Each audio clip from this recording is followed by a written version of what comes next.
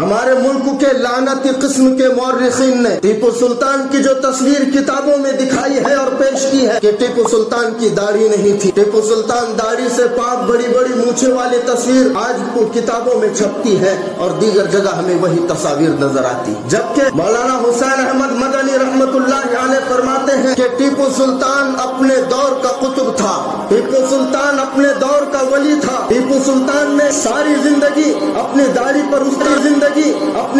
پر اس طرح نہیں چلایا، ٹیپو سلطان تہجد گزار تھا، ٹیپو سلطان نمازوں کا پابند تھا، ٹیپو سلطان متقی تھا، ٹیپو سلطان پرہیزگار تھا، ٹیپو سلطان نے ساری زندگی اپنی داڑھی پر اس طرح نہیں چلایا۔ حسین احمد مدنی اپنے مکتوبات میں لکھتے ہیں کہ سلطان ٹیپو جس وقت انگریزوں کے مقابلے پر آیا تھا اس وقت ہندوستان میں سلطان ٹیپو سے بڑا ولی کوئی نہیں تھا۔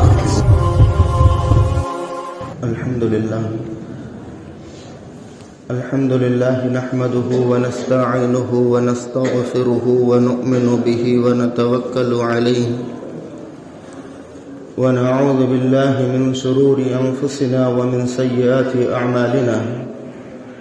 من يهده الله فلا مضل له ومن يضلله فلا هادي له،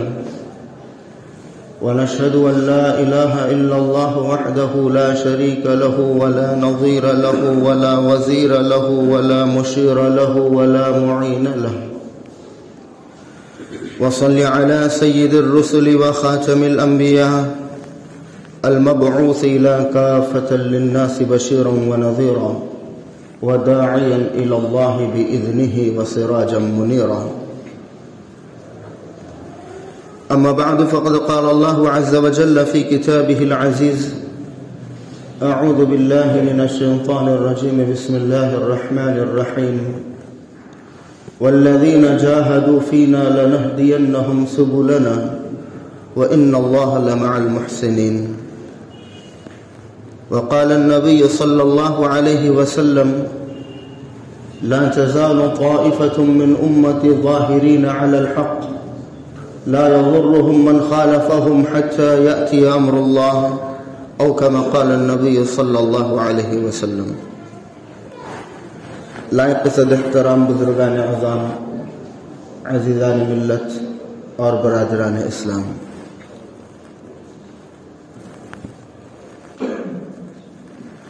وطن عزیز ملک بھارت کو انگریزوں سے آزاد کرانے میں علماء کرام کا اور مسلمانوں کا ہی بڑا کردار رہا ہے۔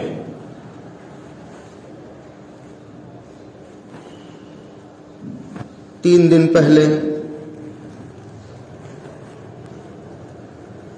26 جنوری کو پورے ملک نے یوم جمہوریہ منایا۔ 15 اگست کو ہم آزادی کا جشن مناتے ہیں، لیکن گزشتہ کل انگریزوں سے وفاداری کرنے والے طبقے کا ایک فرد اس وطن اور ملک بھارت کے لیے اپنی جان کا نذرانہ پیش کرنے والے، انگریزوں کا مقابلہ کرنے والے ٹیپو سلطان کی شان میں گستاخانہ کلمات کہتا ہے۔ یہ ٹیپو سلطان اسی طرح نواب سراج الدولہ، سید اسماعیل شہید، سید احمد شہید اور دیگر علماء کرام جو انگریزوں سے ٹکرا گئے تھے اور جنہوں نے اس ملک کی آزادی کے لیے اپنے خون کو بہایا تھا، ایک طبقہ اس ملک میں ہمارے وہ ہیں، یہ وہ فرقہ پرست طبقہ ہے جو ہماری تاریخ کو مٹانا چاہتا ہے، وہ ہماری تاریخ کو بگاڑنا چاہتا ہے، اور وہ لوگ جنہوں نے انگریزوں کے سامنے گردنیں جھکائی تھی، وہ لوگ جنہوں نے انگریزوں سے معافیاں مانگی تھی، وہ لوگ جنہوں نے انگریزوں کی وفاداری کر کے ان سے زمینیں الاٹ کرائی تھی، آج وہ طبقہ جو انگریزوں کا وفادار بنا ہوا تھا، جو انگریزوں کے جوتوں پہ پڑا تھا، جو انگریزوں کے تلوے چاٹتا تھا، آج وہ طبقہ یہ باور کرانے کی کوشش کر رہا ہے کہ اس ملک کی آزادی میں ہم نے قربانیاں دی ہیں، بلکہ قربانیاں دینے والے، اس ملک کی آزادی میں پیش رہنے والے وہ لوگ تھے جو اصل شاہ ولی اللہ کے وارث تھے، جو سید اسماعیل شہید کے فتوے جہاد کے علم بردار تھے۔ یہ وہ لوگ تھے جنہوں نے اسکندریہ کے ساحل پر، جنہوں نے مالٹا کی جیلوں میں، جنہوں نے بر صغیر میں کالا پانی میں، جنہوں نے جیلوں کو آباد کر کے، زندانوں کو آباد کر کے، پھانسیوں کے تختوں پر لٹک کر، اپنے بچوں کو یتیم کرا کر، اپنی بیویوں کو بیوہ کرا کر ساری زندگی انگریزوں سے ٹکراتے رہے اور ساری زندگی انگریزوں سے لڑتے رہے۔ آج کی یہ فرقہ پرست جماعت جو انگریزوں کی غلام تھی اور انگریزوں کی غلامی میں ان کے تلوے چاٹا کرتی تھی، آج ان شہداء کرام کو اور ان مجاہدین آزادی کو وہ غدار کہتے ہیں اور اپنے آپ کو وفادار ثابت کرنے کی کوشش کر رہے ہیں۔ لیکن ساری دنیا جانتی ہے، صرف اس ہندوستان کی تاریخ نہیں بلکہ برٹش کے میوزیم میں اور برٹش کے کتب خانوں میں انگریز مورخین کی لکھی ہوئی کتابیں آج تک یہ شہادت دے رہی ہے کہ اس ملک میں انگریزوں کو سب سے زیادہ مقابلہ جس سے کرنا پڑا وہ مسلمان تھے۔ آج ایک فرقہ پرست جماعت، آج یہ انگریزوں کے تلوے چاٹنے والے، انگریزوں سے معافیا مانگنے والے، انگریزوں سے 850 اور 950 مربع میل زمینیں الاٹ کرانے والے آج اپنے آپ کو اس ملک کا وفادار اور جنگ آزادی کا مجاہد کہتے ہیں۔ ٹیپو سلطان کی شان میں گستاخیاں، ٹیپو سلطان کے شان میں اناپ شناپ بکا گیا۔ ٹیپو سلطان کون تھا؟ آج مسلمان قوم بھی اس سے غافل ہے۔ ہمارے ملک کے لعنتی قسم کے مورخین نے ٹیپو سلطان کی جو تصویر کتابوں میں دکھائی ہے اور پیش کی ہے کہ ٹیپو سلطان کی داڑھی نہیں تھی،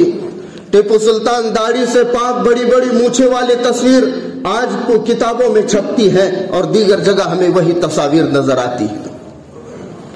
جبکہ مولانا حسین احمد مدنی رحمت اللہ علیہ فرماتے ہیں کہ ٹیپو سلطان اپنے دور کا قطب تھا، ٹیپو سلطان اپنے دور کا ولی تھا۔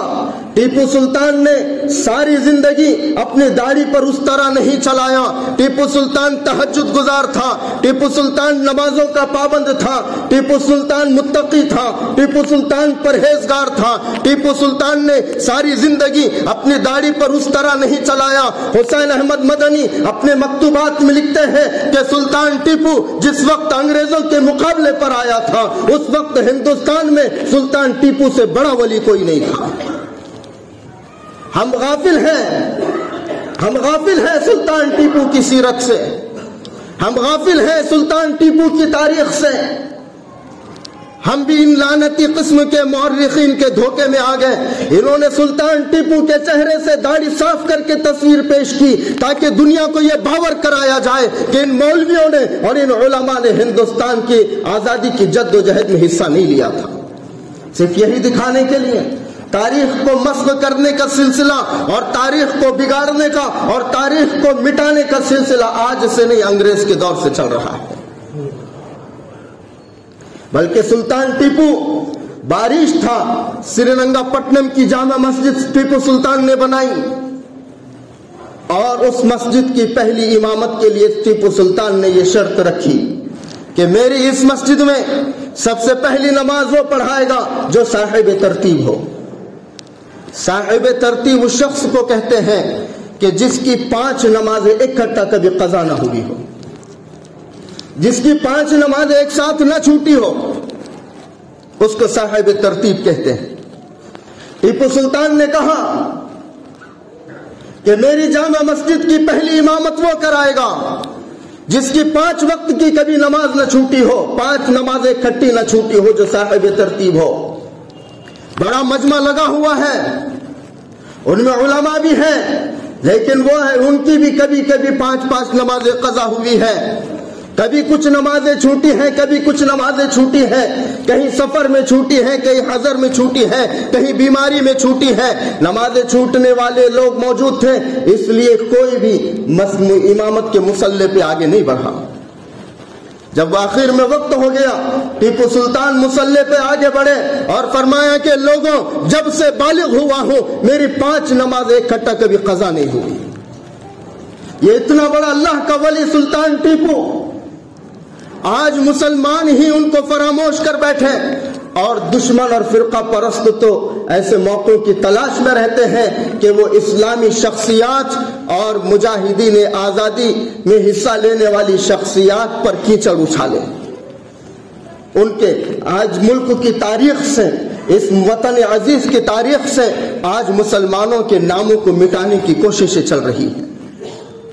یہ مسلمانوں کے جو کردار اس ملک کی آزادی میں رہے ہیں، آج ان کرداروں کو اور ان شخصیات کو اس ملک کی تاریخ سے وہ ہٹانے کے لیے کوشاں اور تیاریاں کر رہے ہیں۔ اسکول کے نصاب تعلیم بھی ایسا مرتب کیا گیا کہ اس میں مسلمانوں کے کردار کو صاف کر دیا گیا۔ آج اسکولوں کے نصاب، تعلیمی نصاب میں وہ لوگ جو کہ انگریزوں کے غلام ہوا کرتے تھے، وہ لوگ جنہوں نے ملک کے واسیوں سے غداری کر کے انگریزوں کا ساتھ دیا تھا، آج ان کو آزادی کا ہیرو بنا کر پیش کیا جا رہا ہے۔ ہمارے نونہالوں، ہمارے بچوں کے دماغوں میں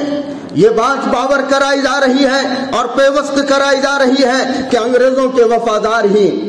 اس ملک کے آزادی کے اصل ہیرو تھے، اور جو اصل ہیرو تھے ان کا نام و نشان مٹا دیا جا رہا ہے۔ جب سے انگریز اس ملک میں آیا، اس سے ٹکرانے والے، ان سے لڑنے والے یہ مسلمان تھے۔ شاہ اسماعیل شہید رحمت اللہ علیہ، سید احمد شہید رحمت اللہ علیہ بالا کوٹ کی پہاڑیوں پر لڑتے ہوئے اپنوں کی غداری کی وجہ سے شہید ہو گئے۔ بالا کوٹ کی پہاڑیوں پر شاہ اسماعیل شہید کون ہے؟ شاہ اسماعیل شہید شاہ ولی اللہ کے پوتے ہیں، اور شاہ اسماعیل شہید وہ سب سے پہلے انسان ہے اور وہ سب سے پہلے مرد مجاہد ہے جنہوں نے ہندوستان میں یہ فتویٰ جاری کیا تھا کہ انگریزوں کے خلاف جہاد کرنا فرض ہو چکا ہے۔ انگریزوں کے خلاف فتوی جہاد سب سے پہلے جاری کرنے والا شاہ اسماعیل شہید رحمت اللہ علیہ، اور یہی فتوے کا اثر تھا کہ ادھر سے نواب سراج الدولہ میدان میں آتے ہیں اور جنوبی ہند سے ٹیپو سلطان میدان جہاد میں آتے ہیں۔ ٹیپو سلطان نے اور ٹیپو سلطان کے والد حیدر علی نے 50 سال تک انگریزوں کو روک کے رکھا، ان کے قدم ہندوستان میں جمنے نہیں دیا۔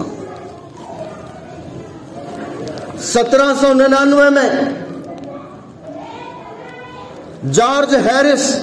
جو انگریزوں کا سپہ سالار تھا، 45,000 کی فوج لے کر سری رنگا پٹنم پر حملہ آور ہوا۔ 45,000 کی انگریزوں کی فوج سلطان ٹیپو کے مقابلے پر آئی۔ ٹیپو سلطان نے بڑی بہادری کے ساتھ اور ان کی فوج نے بہادری کے ساتھ انگریزوں کا مقابلہ کیا، ان کو کئی دن تک قلعے سے روک کے رکھا۔ قریب تھا کہ وہ انگریز اب قلعے کا محاصرہ ختم کر کے بھاگ جاتے۔ دا لائف آف ہیرس کا مصنف لکھتا ہے کہ اگر ٹیپو سلطان کے سپہ سالار اور ٹیپو سلطان کے قریبی لوگ میر صادق اگر غداری نہ کرتا تو جارج ہیرس کو فوج لے کر واپس جانا پڑتا، وہ سری رنگا پٹنم کے قلعے پر قابو نہیں پا سکتا تھا۔ لیکن میر جعفر نے انگریزوں سے میر صادق نے انگریزوں سے ہاتھ ملایا، 950 مربع میل زمین انگریز سے الاٹ کرائی اور ٹیپو سلطان سے غداری کر دی، قلعے کا دروازہ کھول دیا۔ وہ ٹیپو سلطان کہ جب انگریز قلعے میں داخل ہو گئے، سلطان ٹیپو کی فوج کا قتل عام ہو رہا تھا،